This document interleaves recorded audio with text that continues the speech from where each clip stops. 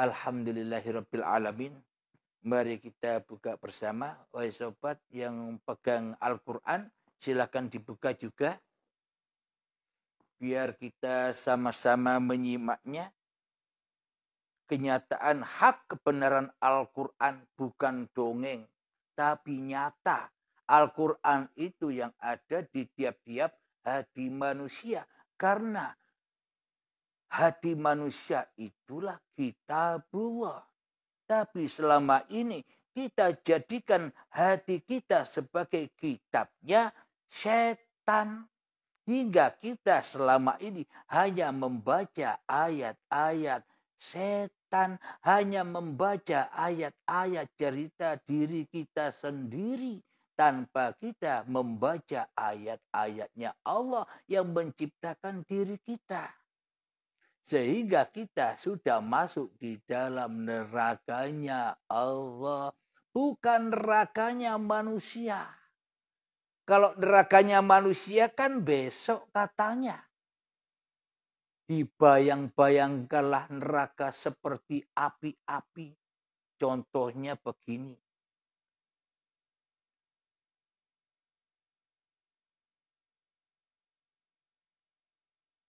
Dibayang-bayangkanlah neraka seperti gambar ini. Nah, kelihatan kan? Serba dohir. Jadi yang disiksa dohirnya. Ini kan pengertian. Ini kan pemahamannya hawa nafsu. Pemahamannya setan. Ini ceritanya setan. Karena setan sok tahu. Padahal neraka dan surga tidak ada yang tahu kecuali penciptanya. Kecuali Allah. Karena iblis hawa nafsu sok tahu. Karena di dalam hatinya menjadi Tuhan daripada mentuhankan Allah. Megaya bisa bayang-bayang ke surga neraka. Itulah nerakanya yang dibayang-bayangkan manusia. Besok adanya. Tapi neraka di sisi Allah bukan besok, Mas Bro. Tapi sekarang sudah nyata bagi orang-orang yang berakal. Ulil albab yang sudah tahu dengan ilmu-ilmu hikmah. Musi, ini kenangan dari sahabat saya, kakak saya, Kakang Sukirno, yang sudah kembali ke rahmatullah. Alhamdulillahirabbil alamin. Itulah bayangan-bayangan tentang neraka bagi kita selama ini. Kenapa kok kita membayang-bayangkan lidahnya dipotong-potong seperti yang digambarkan oleh manusia? Tangannya dipotong-potong sendiri. Apa yang dibayangkan manusia? Karena manusia hanya membangun lahir saja tanpa membangun jiwanya. Karena jiwanya tersesat, maka pemahamannya ya serba syariat. Pemahamannya ya serba badan. Sehingga yang disiksa anggapan kita selama ini badan-badan kita. Sehingga digambar-gambarkanlah oleh hawa nafsu. Tapi sebenarnya apa lambangnya orang-orang yang dipotong-potong sendiri lidahnya wutuh lagi. Dipotong-potong sendiri lidahnya wutuh lagi. Apa sebenarnya? Hakikat sebenarnya cerita itu adalah ketika di dalam hati kita yang wujud masih manusianya. Yang hidup masih manusianya. Yang berkuasa masih manusianya. Inilah kedustaan. Apa yang kita bicarakan serba dusta, serba bohong. Inilah yang dimaksud lidahnya dipotong-potong sendiri dengan ketidakjujurannya. Kenapa? Ketidakjujuran di dalam bertuhan. Ketidakjujuran di dalam berakidah seperti akidahnya. junjungan kita Nabi Muhammad sallallahu alaihi wasallam yang selalu mentauhidkan Allah di dalam hatinya daripada mentauhidkan diri Muhammadnya di hatinya.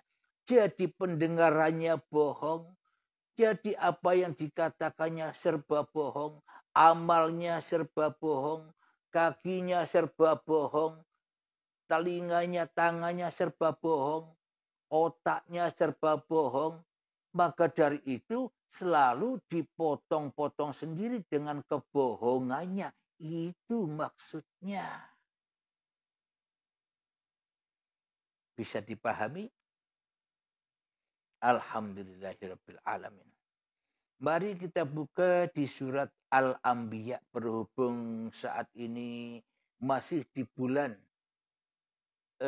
kelahiran, memperingati kelahiran Nabi Muhammad sallallahu alaihi wasallam, tetap saya membawakan di dalam surat Al-Anbiya para nabi-nabi agar kita tahu sejatinya cerita para nabi-nabi itu bukan cerita dongeng masa lalu, tapi sudah nyata di dalam tiap-tiap hati manusia yang sudah kembali kepada Tuhannya. Nyata adanya. Bismillahirrahmanirrahim. Al-Anbiya ayat yang ke-97. Bismillahirrahmanirrahim. Waqtarabal wa'dul haqqu fa idza hiya syakhisatun absarul ladzina kafaru.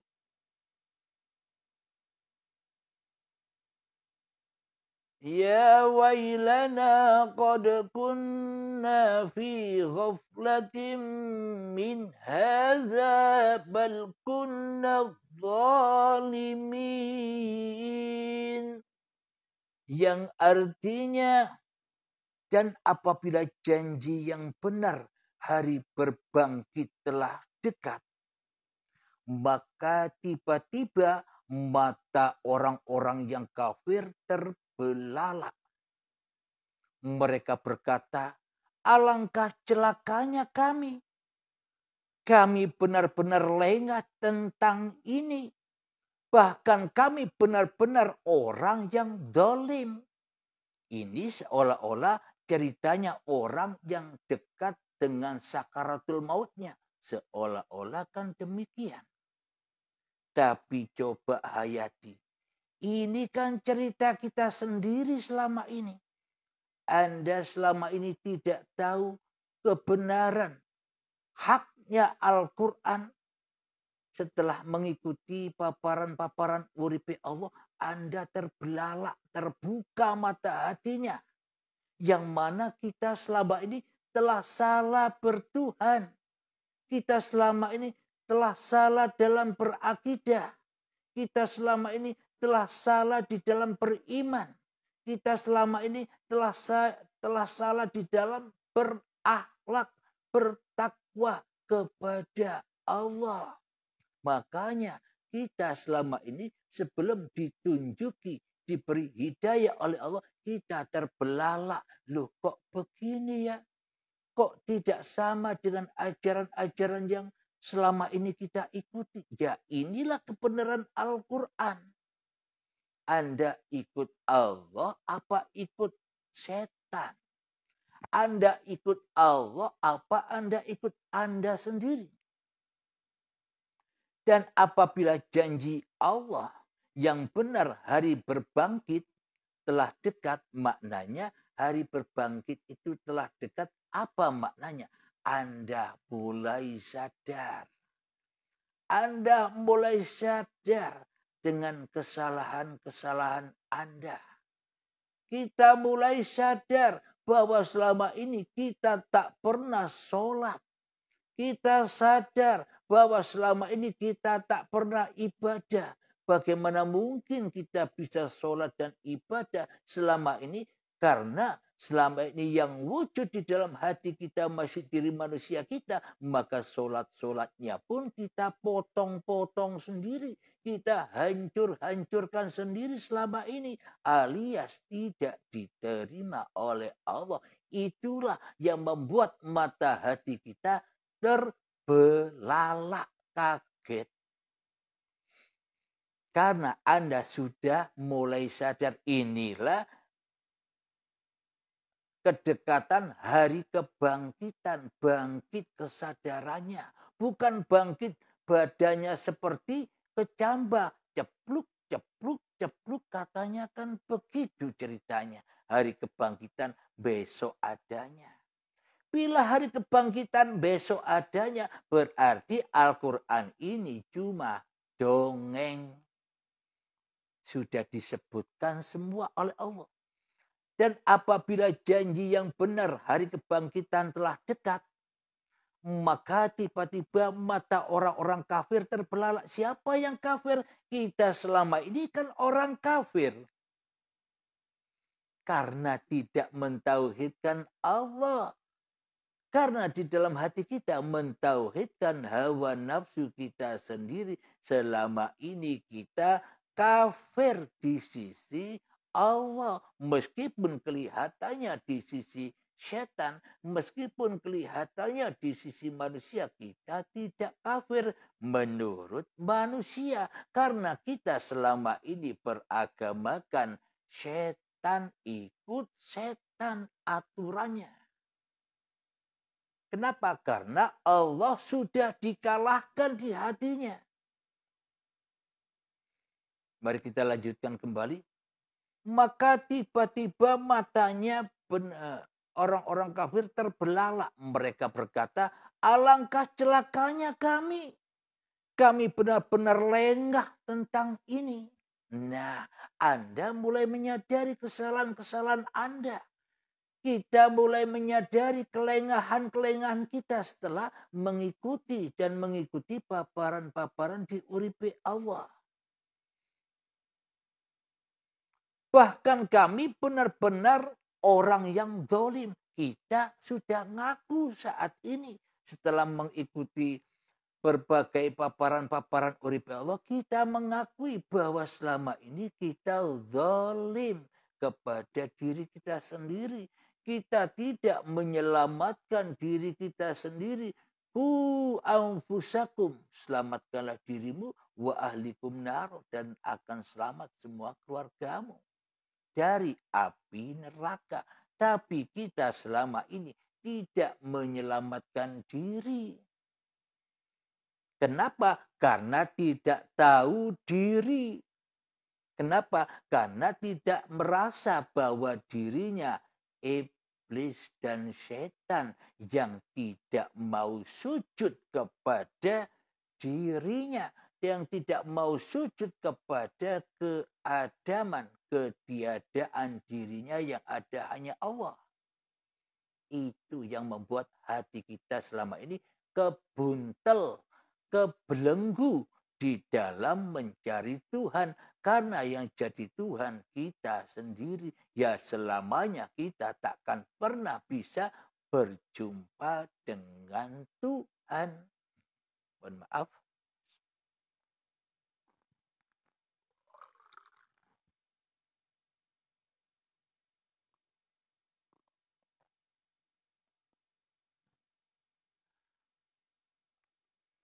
Alhamdulillahirabbil alamin.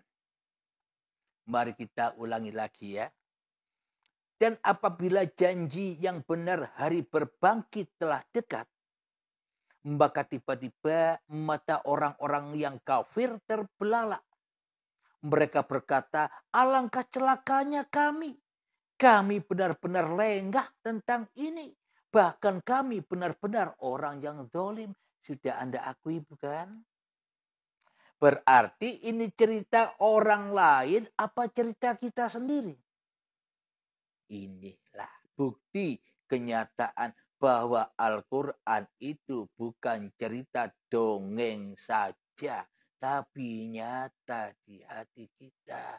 Wahai sahabat-sahabatku yang kucintai.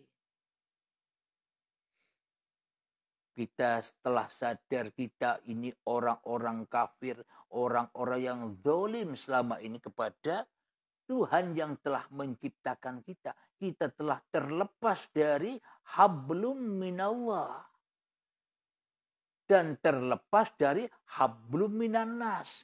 Bila hati kita terlepas dari hablum minallah, pasti hablum minannasnya tersesat. Maka dari itu lidahnya dipotong-potong sendiri serba bohong.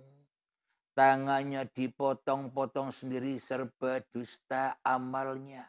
Kakinya dipotong-potong sendiri serba dusta bohong apa yang diamalkannya. Makanya dari itu tak akan diterima seluruh ibadah dan sholatnya. Karena bagaimana mungkin diterima ibadah dan sholatnya sedangkan Tuhannya tidak sama dengan Tuhannya Nabi Muhammad.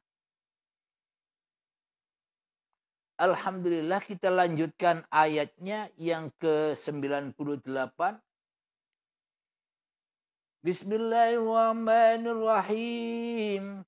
Innakum wa ma ta'buduna min dunillahi hasaba jahannam. Antum laha waridun. Yang artinya, sungguh kamu orang kafir dan apa yang kamu sembah selain Allah. Cocok sudah dengan pemaparan yang ada di uripi Allah. Inilah kenyataan haknya kebenaran Al-Quran. Adalah bahan bakar jahanam. Kamu pasti masuk ke dalamnya. Kapan? Ya sekarang, bukan besok. Hasabu fi'il madi. Bukan fi'il mudhari. Kalau fi'il mudhari'nya hasoba yuhasibu. Ini lafalnya hasobu. Berarti sudah masuk jahanam. Sudah di dalam neraka. Kapan? Apa besok? Inilah buktinya. Jadi Nabi Muhammad sebelum bertemu dengan Allah sudah masuk neraka. Maknanya sudah ditunjukkan orang-orang yang sudah disiksa. Berarti nerakanya kan sudah terjadi. Tidak usah nunggu besok-besok lagi. Sungguh kamu orang kafir dan apa yang kamu sembah selain Allah yaitu orang kafir. Bila yang wujud diri manusia kita, bila yang hidup masih manusia kita, yang berkuasa di dalam hati kita masih diri kita, itulah orang kafir, kata Allah di dalam Al-Quran ini. Sungguh kamu orang kafir dan apa yang kamu sembah selain Allah. Makanya bila kita tidak disebut orang kafir oleh Allah, maka yang wajib wujud di dalam hati kita, ya Allah ketimbang kita. Baru itu dikatakan orang beriman. Adalah bahan bakar jahanam, kamu pasti masuk di dalamnya. Apa bahan bakarnya? Banyak. Hidup yang diaku-akui hidup manusianya. Badan yang diaku-akui badan manusianya.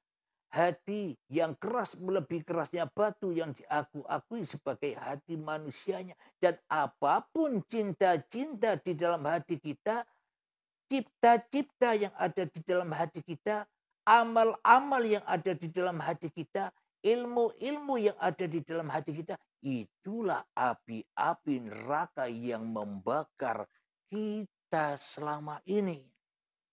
Nyata. Berarti bila nerakanya besok, ya kan dongeng. Karena tidak nyata. Jadi iman itu harus nyata kepada siapa kita beriman. Bila kita beriman kepada Allah berarti kan Allahnya lebih nyata. Allahnya lebih wujud daripada kita. Itulah iman. Jadi kalau Allah sudah menyatakan bahwa manusia masuk jahanam ketika di dalam hatinya yang disembah selain Allah, ya kejadiannya bukan nanti, tapi sekarang.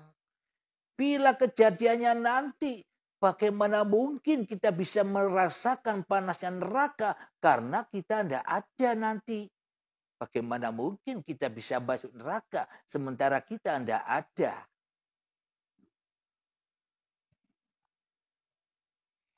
Alhamdulillahirabbil alamin.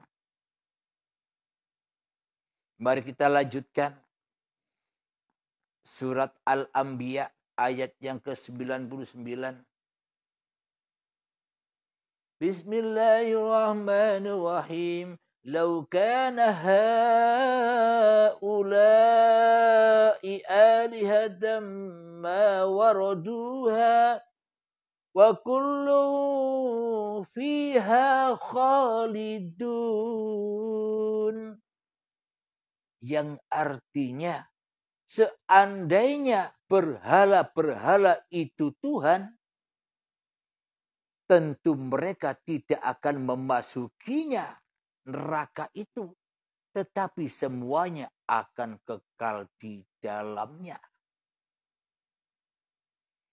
Apa maknanya?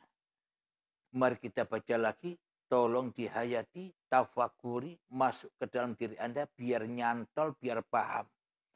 Seandainya berhala-berhala itu Tuhan, seandainya apa yang kita cintai di hati kita selain Allah itu Tuhan yang kita pertuhankan, tentu mereka tidak akan memasuki neraka. Maknanya, bila yang ada di dalam hati kita ini manusia dan apa yang kita cintai, tentunya mereka tidak akan membakar hatimu bila itu Tuhan. Kata Allah begitu. Tetapi semuanya akan kekal di dalamnya. Kita akan kekal di dalam neraka bila kita tidak hijrah masuk ke dalam agama Allah. Apa? Pasrahkan kembali hidup dan badan ini serta apapun yang ada di dalamnya, amal apapun, ilmu apapun, aktivitas apapun, dikembalikan, dirojiunkan kembali kepada Allah, maka kita akan hijrah kepada alam baka, pindah alam dari alam kemanusiaan, pindah ke alam ketuhanan. Jadi pindah hijrah dari linnas menuju lillah. Itulah hijrahnya para nabi dan hijrahnya para rasul. Jadi Tuhannya sama meskipun syariatnya beda. Jadi Tuhannya sama meskipun beda zamannya. Jadi syariatnya pun sama meskipun beda laku-lakunya. Tapi hatinya sama, diuripi oleh uripe Allah daripada uripe manusianya. Alhamdulillahirabbil alamin. Semoga saya khususnya dan semoga kita semua senantiasa dipahamkan oleh Allah Subhanahu wa taala, dimudahkan di dalam peperangan, dimudahkan di dalam berhijrah kepada Allah. Amin amin ya rabbal alamin. Sebelum kita akhiri, marilah kita kembangkan shalawat dari min daf'ul bala. Allahumma salli ala Sayyidina Muhammad wa asghili zalimin bi zalimin. Allahumma salli ala Sayyidina Muhammad wa ashghili zalimin bi zalimin. وأخرجنا من بينهم سالمين وعلى آله وصحبه أجمعين الحمد لله رب العالمين اللهم يا قاضي الحاجات اللهم يا مجيب الدعوات اللهم يا رافع الدرجات اللهم يا محل المشكلات اللهم يا شافي الأمراض اللهم يا كافي المهمات اللهم يا دافع البريات اللهم اختم لنا بالإيمان اللهم اختم لنا بالإسلام بجاه سيد المرسلين ربنا آتنا في الدنيا حسنة وفي الآخرة حسنة وقنا عذاب النار وصلى الله على سيدنا محمد وعلى آله وصحبه وسلم والحمد لله رب العالمين آخر كلام السلام عليكم warahmatullahi wabarakatuh